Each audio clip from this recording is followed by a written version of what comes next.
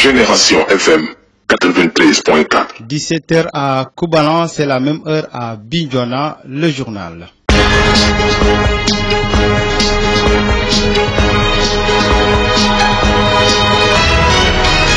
À la une de cette édition Korité 2018, le chef de l'État Macky Sall a effectué la prière de l'Aïd el-Fitr à la grande mosquée de Dakar. À l'issue de cette cérémonie, il a délivré un message à l'endroit des Sénégalais à qui il a souhaité une bonne fête de Korité. À Ziguinchor, l'imam Ratib a prié pour la fin des braquages et le retour à la paix dans la partie sud du pays. À Kassakaou, dans le Balantakunda, les fidèles musulmans ont tous convergé vers la grande mosquée de cette cité religieuse où ils ont pris part à la prière des 2 rakas. Boutimage de la boucle des Kalounaï dans le département de Bignona. Les travaux vont démarrer juste après l'hivernage. Le maire de Koubalan s'est réjoui de cela, vous l'entendrez. Les infos du monde, le sport boucleront cette édition, mise en onde par Albert Gomis à la présentation Mohamed Sagnan. Bienvenue au développement.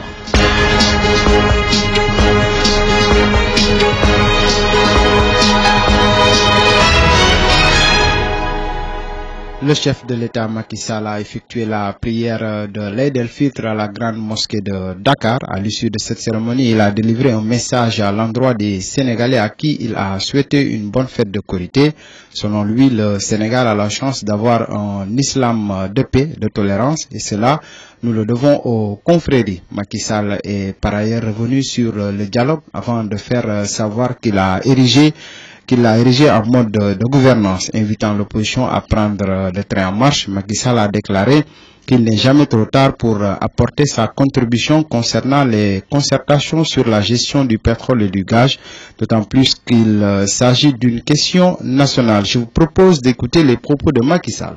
Mon rôle en tant que président de la République, c'est de conduire au destiné de notre pays dans la voie de la concorde nationale, dans la recherche d'une unité nationale consolidée. Raison pour laquelle j'ai fait du dialogue une méthode de gouvernance. Le dialogue a débuté tout au long de ma présence à la tête de l'État par le dialogue sectoriel dans des secteurs d'une importance capitale, l'éducation, l'enseignement supérieur. Le dialogue autour des territoires a été mené. Aujourd'hui, j'ai lancé une concertation nationale sur la gestion des ressources pétrolières et gazières. Il n'est jamais trop tard pour apporter sa pierre à l'édifice, apporter sa contribution. Je voudrais d'abord saisir cette occasion pour remercier les forces vives de la nation qui ont répondu à ce dialogue et qui ont apporté des éclairages, qui ont émis des vœux, et naturellement nous tiendrons compte de toutes ces préoccupations dans les formulations qui devront être retenues dans le projet de loi qui sera présenté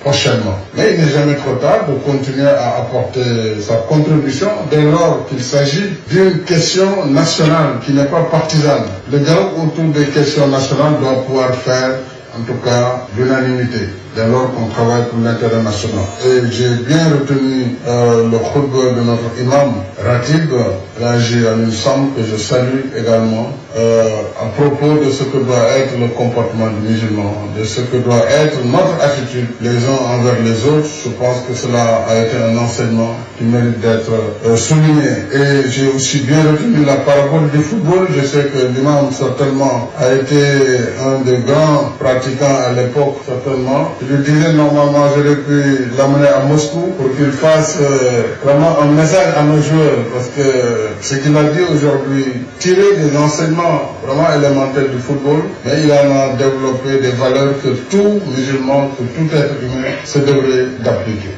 À Ziguinchor, l'imam Ratib a prié pour la fin des braquages et le retour à la paix dans la partie sud du pays. Chérif Ismaïla Aïdara a en outre consacré une bonne partie de son sermon au respect du traitement équitable des citoyens devant la loi. Il a par ailleurs déploré le langage ordurier dirigé contre les personnalités politiques, religieuses et coutumières. Voici l'imam Ratib Il est avec Lamine Ba.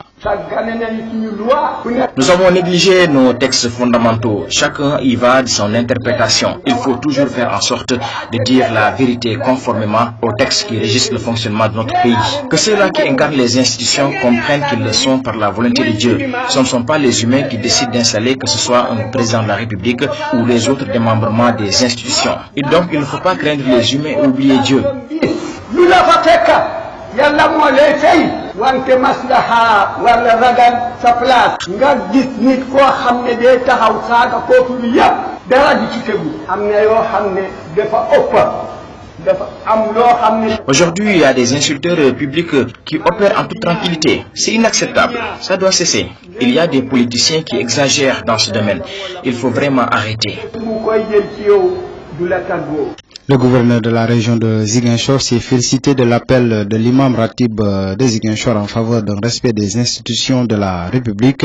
Guédi Diouf est interrogé par Lamine Ba. Nous avons écouté le serment de l'imam Ismaïla Haïdara qui a porté sur le rappel des enseignements de l'islam, sur le rappel comportement du musulman et sur le rappel des valeurs qui doivent caractériser le musulman, notamment la solidarité, le partage, l'entraide et le respect de l'autre. L'imam également a porté son serment sur le respect des institutions, le respect que tout citoyen doit avoir aux institutions de la République et a invité les citoyens, les musulmans, les autorités étatiques, les autorités politiques à accorder le respect nécessaire aux institutions. Nous nous réjouissons de cela, puisque nous savons tous que les institutions de la République sont sacrées. Et si l'imam porte son serment sur cela, c'est parce que nous tous nous devons respecter nos institutions. Nous devons également avoir les valeurs que je viens de citer et rappelées par l'imam qui doivent caractériser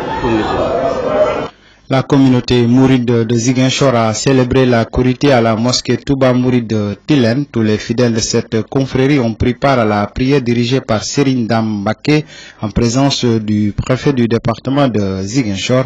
Ibra Fall, qui s'est réjoui de la célébration de la fête à l'unisson, n'a pas manqué de nous livrer ses impressions après la prière. Le voici. Les impressions sont plutôt bonnes, parce que comme vous venez de souligner, le Sénégal et Ziguinchor en particulier a prié à l'unisson.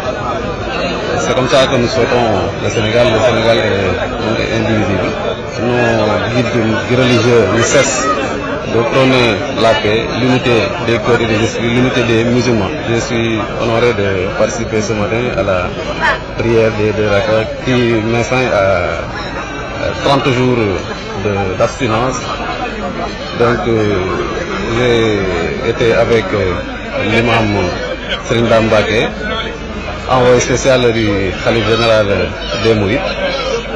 À l'issue de la prière, l'imam, à travers son sermon, a rappelé les croyants au repentir et au pardon, au précepte de l'islam. C'est donc un sermon plein de sens et je pense que les fidèles ont bien retenu la leçon et chacun en ce qui le concerne s'évertuera à respecter les consignes données par l'imam. J'ai surtout retenu le message de paix qu'il a délivré, le pardon, la réconciliation, la foi, que c'est un sermon qui est d'actualité dans notre région, dans notre département. Et je pense que tout le monde s'évertuera à retenir cette leçon et à l'appliquer dans la vie de tous les jours. Direction dans le Balantakunda, plus précisément à Kassa Kaour, où la prière a été dirigée par le khalife général de Kaour, Badjabi Gassama, dans la grande mosquée de cette cité religieuse, vers laquelle tous les fidèles ont convergé. Notre correspondant Ibrahim Sané a pris part à la prière de ces deux rakas. Voici son compte rendu. Jour d'abstinence, de prière et de dévotion, la communauté musulmane du Sénégal a prié ce vendredi 15 juin 2018 dans la communion. À Kassa Kaour, une commune du Balantakunda, la prière prière a été dirigée par le calife général Ba Diaby Gassama qui a axé son serment sur les comportements d'un bon musulman. Si nous savons qu'en ces temps qui courent, la planète entière est secouée par un climat d'insécurité et d'actes ignobles indignes pour les adeptes du prophète Mohammed, de paix et salut sur lui. Ba Diaby est aussi revenu sur l'éducation des enfants. Vous avez un métier, vous le partagez avec les gens, cela, Allah vous y paye. Mais aussi que vous ayez des enfants, vous les donnez une bonne éducation, cela ne sera bénéfique que pour vous. En somme, nous pouvons retenir que la Korité 2018 s'est passée dans d'excellentes conditions à Goudomp et particulièrement à Kawour. Ibrahima Sané, depuis le Balantakunda, pour la radio Génération FM. Ibrahima Sané, la voix de Génération FM à Goudomp. Merci beaucoup. L'ancienne gare routière de Bignona, nous sommes dans le département de Bignona, bien sûr, a abrité la prière de l'Eid el-Fitr, communément appelée Korité. La prière est dirigée par l'imam ratib de Bignona, El Hajj Fansou Bodian, Hassan Sonko.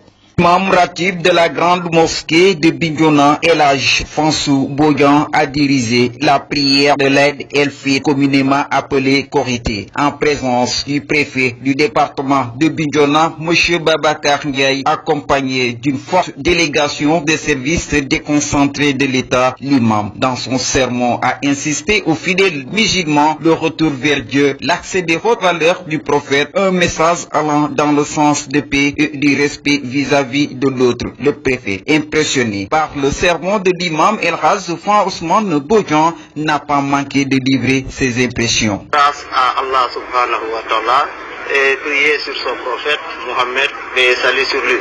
Saisir cette opportunité pour prier le Seigneur, Allah subhanahu wa ta'ala, d'accepter nos prières et de pardonner nos péchés à la fin de ce mois béni de Ramadan. Je profite également de l'occasion de formuler des prières à l'endroit de toute la population de Bignona. Des prières de paix, de santé et de prospérité. Cela dit, je voudrais rendre un hommage vibrant à Imam Fansou Bodian pour la pertinence de son sermon, axé essentiellement d'un retour à Allah, axé autour des hautes valeurs prophètes, paix et salut sur lui. Valeurs que nous devons perpétuer, mettre en œuvre tous les jours. Le féliciter également pour la pertinence des propos allant dans le sens de la paix et du respect vis-à-vis de l'autre. Il a délivré un message de paix et même de non-violence. C'est un message que nous saluons à sa juste valeur et que nous appuyons, nous renforçons. Et à cette occasion, je voudrais inviter toute la population de Bignona à faire sienne ce sermon hautement important que nous devons écouter avec beaucoup d'attention, mais surtout que nous devons intérioriser pour améliorer notre vie quotidienne. De Bignona, je vous ai parlé à Sonko pour la radio Génération FM. Génération FM 93.4. Nous restons dans le département de Bignona et nous parlons cette fois-ci d'autre chose. Boutimage de la boucle des Kalounaï dans le département de Bignona, bien sûr. Les travaux vont démarrer juste après l'hivernage. Le maire de Koubalan, Abdoulaye Diédiou, qui se réjouit de cela, précise toutefois que cette boucle va créer un raccourci vers les régions de Sédhiou et Kolda. Je vous propose de suivre ces propos. Cette route non seulement va désenclaver la Kalounaï, mais va désenclaver les régions de Sédhiou et de Kolda. Parce que comme la boucle de Boudié est en train d'être faite, on fera le pont de Marsassoum. Donc vous comprenez avec moi que c'est un raccourci très palpable pour ces deux régions de Sédhiou et de Kolda. En tout cas, c'est un rêve qui devient réalité. Cette route-là, depuis que nous sommes nés, on a trouvé cette doléance. Mais depuis lors, tous les gouvernements qui sont passés, nous n'avons jamais arrivé à ce point. Et toutes les populations de Kalounaï, aujourd'hui, croient que cette route va être faite et Inch'Allah, elle va être faite. Le programme de renforcement des capacités des citoyens aux droits de l'homme, à la transparence, au contrôle de l'action publique et aux enjeux du changement climatique PISCA, mise sur pied par l'ambassade de France au Sénégal, est en train de dérouler deux projets dans les régions de Sédhiou et Kolda. Il s'agit pour la région de Sédhiou d'impliquer les jeunes dans les activités citoyennes par le biais des conseils municipaux de la jeunesse et pour la région de Kolda, mettre en connivence les acteurs locaux de la société civile et gambiens pour la préservation de l'environnement. Suivons à ce propos David Delavier de l'ambassade de France en charge du suivi des projets de coopération en Casamance. D'autres projets PISCA qui ont été sélectionnés sur la Casamance naturelle, deux projets dans la zone de Sédhiou et dans la zone de Vélingara et Kolda. Sédhiou, c'est un projet d'impliquer les jeunes dans l'espace citoyen avec des espèces de conseils municipaux de la jeunesse dans différentes villes et communes, notamment Sédhiou. Je pense que ça aussi c'est un moyen fort de sensibiliser et de regrouper un peu les nouvelles générations sur ces thématiques. Et nous avons à Kolda un projet qui vise à structurer les acteurs de la société civile gambienne et sénégalaise pour des meilleurs échanges d'informations, notamment sur les mouvements de ressources naturelles. Vous l'avez compris, à 17h15, nous allons parler de l'actualité internationale. Au Mali, plusieurs milliers de personnes ont célébré ce samedi 16 juin sur le boulevard de l'Indépendance à Bamako les obsèques nationales de l'éminent spécialiste du paludisme, le professeur Ogobara Boumo. L'ancien vice-président Jean-Pierre Bemba, récemment acquitté en appel de crime contre l'humanité, est arrivé en Belgique ce vendredi 15 juin, a indiqué la Cour pénale internationale. Madagascar franchit un nouveau pas dans la lutte contre la corruption. Antananarivo a inauguré vendredi le premier des 6 pôles anti-corruption PAC. Depuis 2015, l'État malgache et ses partenaires onusiens tentaient d'établir cette juridiction spécialisée chargée de traiter entre autres les dossiers de grande délinquance économique et financière. C'est tout pour cette actualité internationale. Nous passons au sport.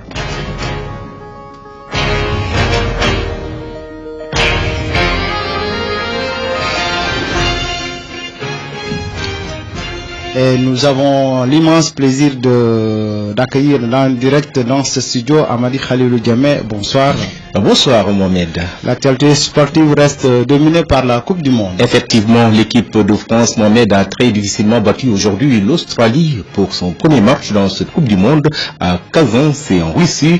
Comme c'est la Russie qui abrite justement cette compétition, le score c'est 2-1 dans une rencontre où la technologie a joué un rôle décisif. Les Bleus ont montré des carences dans tous les secteurs du jeu face à une équipe australienne évoluant à un niveau inattendu. Didier Deschamps et ses joueurs peuvent dire merci à la technologie. C'est par deux décisions, l'une suite à un visionnage vidéo, l'autre due à la goal line technologie, que la France a battu un adversaire. L'Australie est plus coriace qu'attendu. L'équipe d'Argentine, elle, a mal débuté sa Coupe du Monde en étant tenue en effet par l'Islande. Ce samedi 16 juin, le score c'est 1 partout. Anne Alderson est fou de joie au coup de sifflet final. C'est le coach de cette équipe irlandaise. Le gardien des Vikings a stoppé un penalty de Lionel Messi et l'Islande pour sa première Coupe du Monde a neutralisé l'Argentine et ses cracks 1 partout. La planète foot attendait autre chose qu'un Léo Messi qui a tout raté. Sergio Aguero a inscrit l'unique but donc de l'Argentine et Diego Maradona en tribune s'est renversé dans sa chaise quand Messi a manqué donc un dernier coup franc. On attendait plutôt une réaction d'orgueil car vendredi soir, Cristiano Ronaldo, grand rival de la star du Barça, a éclaboussé de son talon le choc Portugal-Espagne, 3 buts partout avec un triplé signé Ronaldo. Souvent étincelant avec le Real de Madrid, Mohamed Luka Modric est devenu le maître à jouer de la Croatie qui regorge de talents confirmés. Le nouveau sélectionneur donc de cette équipe nommé en catastrophe à l'automne dernier semble avoir trouvé la formule pour les faire évoluer à l'unisson en lui confiant la baguette de chef d'orchestre. Le match de ce soir donc face au Nigeria, l'autre équipe africaine est très attendue. Plus jeune équipe du tournoi, le Nigeria mise davantage sur sa fraîcheur que sur ses dernières performances pour déjouer les pronostics face aux Croates, aux Islandais, ça sera le 22 juin et aux Argentins le 26 juin dans le groupe D. Et demain dimanche justement nous aurons les rencontres suivantes. Mohamed pour le compte de la poule. Donc Costa Rica fera face à la Serbie. Et toujours dans ce groupe, dans le groupe F, l'Allemagne fera face au Mexique. Toujours dans le groupe E, nous aurons Brésil, Suisse. Ce sont les matchs qui sont prévus demain. L'équipe nationale de football du Sénégal pourrait débuter la Coupe du Monde 2018 sans un de ses défenseurs. Il s'agit de Saliou Ciss. L'arrière gauche des Lions n'a pas pris part à la séance d'entraînement de ce samedi après-midi, effectuée donc au complexe sportif de la localité où se trouve le Sénégal, où seules les 15 premières minutes ont été réservées à la presse. Pire, il n'était même pas présent lors du galop d'hier. La raison, Ciss est encore touché à la cheville. Selon le directeur technique national Mayacine Mar, rien ne peut être avancé pour l'heure. On attend l'avis du médecin, a-t-il révélé ce 16 juin. À 3 jours du premier match du Sénégal contre la Pologne, ce n'est pas bon signe. Saliou Ciss risque de déclarer forfait pour ce rendez-vous capital que les Lions ne doivent pas rater. Ce sera mardi 19 juin à 15h heure locale au stade de Spartak de Moscou. L'équipe quitte Kalouga, son camp de base, ce dimanche pour Moscou où sont prévues 2 séances avant le match. C'en est tout, Mohamed Sagnon, pour ce qu'on peut retenir de l'actualité sportive. Merci Amadi Khalilou Djemé. À 17h passé de 20 minutes à Foussilaï, un quartier de Sindian. Le rappel des titres.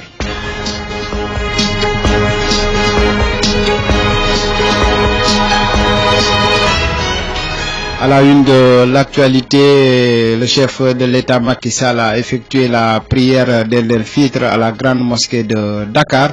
À l'issue de cette cérémonie, il a déclaré un message à l'endroit des Sénégalais à qui il a souhaité une bonne fête de Korité.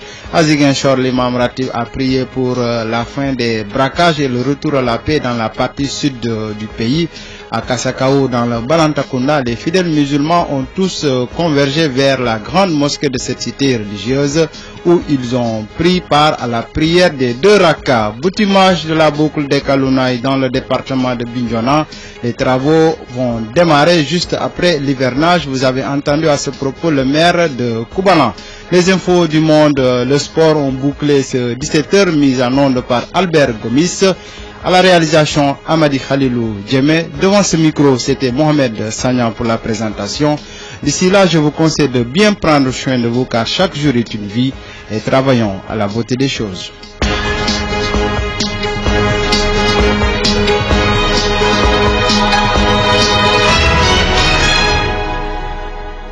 Génération